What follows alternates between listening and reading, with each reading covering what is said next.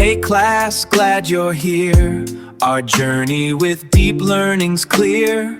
Welcome to our second session. Time for a tech immersion. Let's learn with Dr. C8. Dr. C8. New knowledge is ahead. Intrusion detection is the aim. Now let's play the learning game. Welcome everyone. In this lecture, we're diving into one of the most exciting and critical areas of modern computing, deep learning for intrusion detection. Think of this as training a digital immune system to protect networks. Today, we're setting the foundation. We'll start by understanding the different ways a machine can learn and build up to the power of deep learning. Let's continue with the supervised learning types of problems. Supervised learning is also called predictive because it predicts an outcome. There are three powerful ways we use it. Classification, predicting a category or type. For example, is this a spam email or not? Is this a healthy patient or not?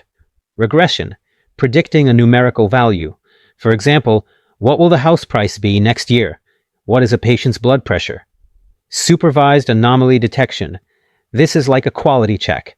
You know what normal is, and you're training the system to flag anything that is definitely abnormal based on labeled examples. Remember, sometimes we use a mix of methods called hybrid methods. This slide visually separates our two main supervised tools. The difference is simple and critical.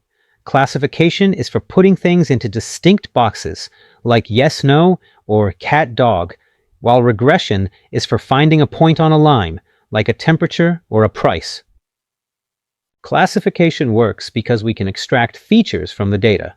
Features are the tiny essential details, the eyes, ears, and whiskers of the data. If we find the right features, we can draw a clear line to separate our inputs into different categories. Handwriting recognition is a classic, tough classification problem. Why? Because the A you write is different from the A I write. The machine has to learn to identify a character despite countless variations in style, size, and slant. It highlights how robust a feature extraction model needs to be. Here's a real-world example of feature extraction. Fingerprints.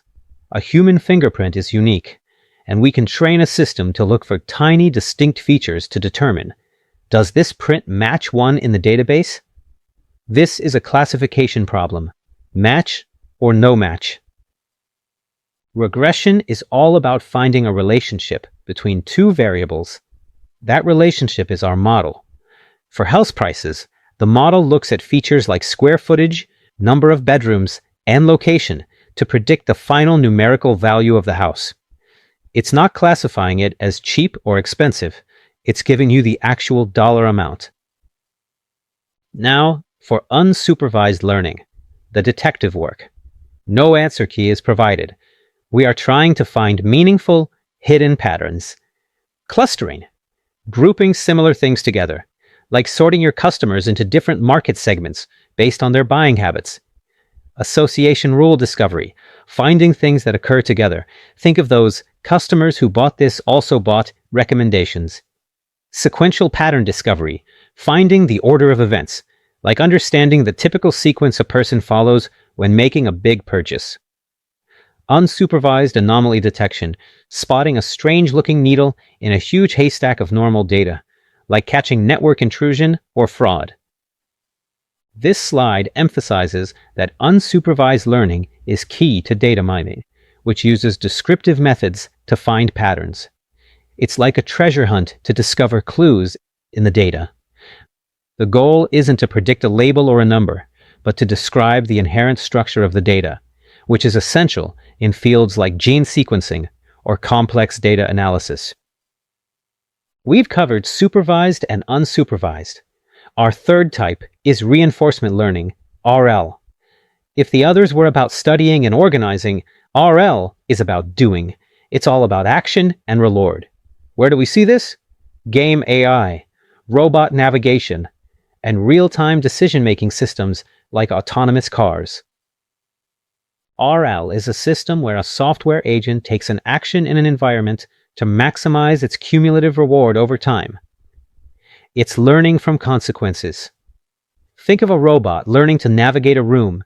If it hits a wall, a penalty. If it reaches the goal, a reward.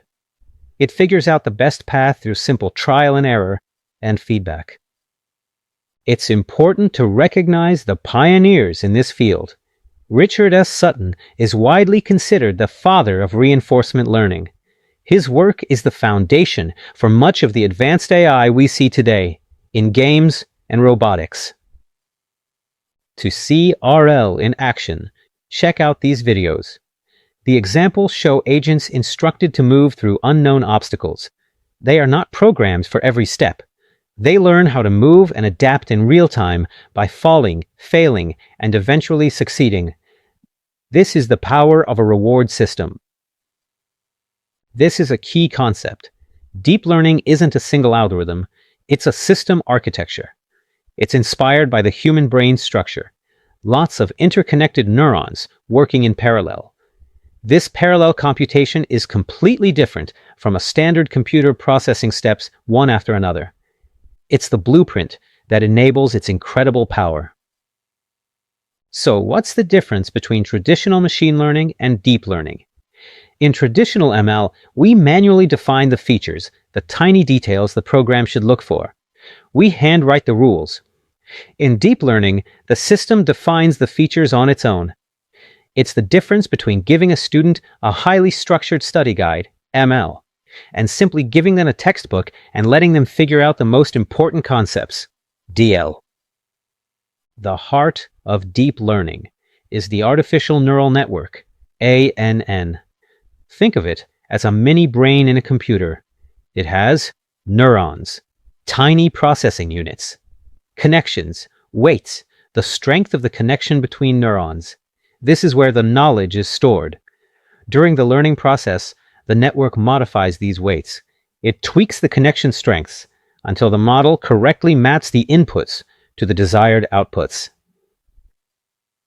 Deep learning is all about learning feature hierarchies. Imagine looking at a picture. The first layer of neurons learns simple things like edges and lines. The next layer combines lines to form shapes and corners. The final layers combine shapes to recognize the complete object, a cat, a car, or a face. The key is, the model defines the features, automatically building complexity from the ground up to categorize images or solve complex problems. Deep neural networks are powerful, but they are not a silver bullet. The challenges are scalability and generalization. You can't just feed a system 10 times more data and expect it to be 10 times better. Performance depends heavily on the network's architecture and the training methods. This is why there are a lot of variations of deep neural networks. We are constantly experimenting to find the perfect structure. Because of the need for specialized architectures, we have many different types of mini-brains specialized for different tasks. CNN, Convolutional Neural Network, the visual expert, perfect for images and pictures. RNN, Recurrent Neural Network, the sequential expert, great for lists of data like text or speech. LSTM, or GRU. These are smarter versions of RNNs that are great at remembering long-term dependencies in data.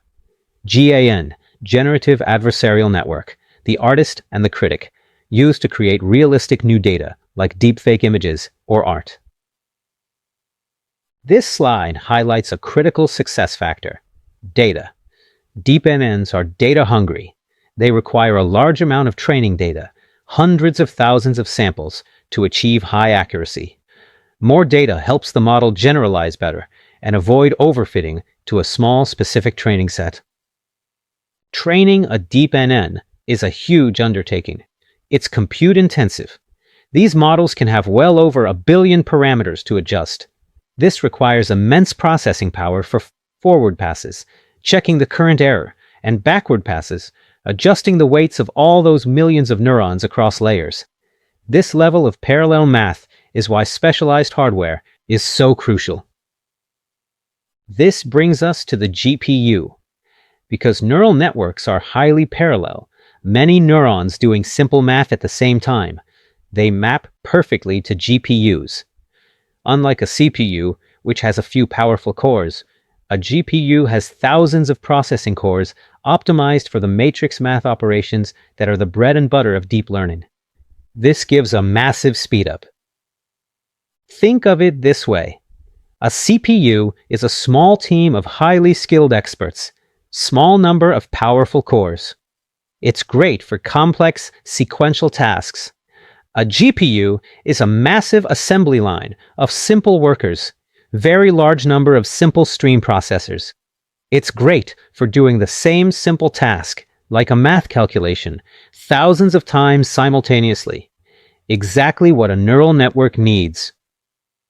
To succeed in the world of deep learning, you need more than just code, data, and domain understanding. You must know your subject, and you must know how to clean and transform the data. Statistical insights. Be a math detective. You need to understand your performance metrics and test the validity of your assumptions. Modeling and learning approach. Choosing the right algorithm, running rigorous experiments, and constantly validating your model is the final piece of the puzzle. It is a scientific process of test, test, test. Before you go, I want to leave you with one final thought. Stay curious and keep learning. The field of AI and deep learning is evolving every day. The best way to succeed is to continuously experiment, read, and build new projects. Use the concepts we've covered today as your starting point and keep exploring. The next big breakthrough might be yours.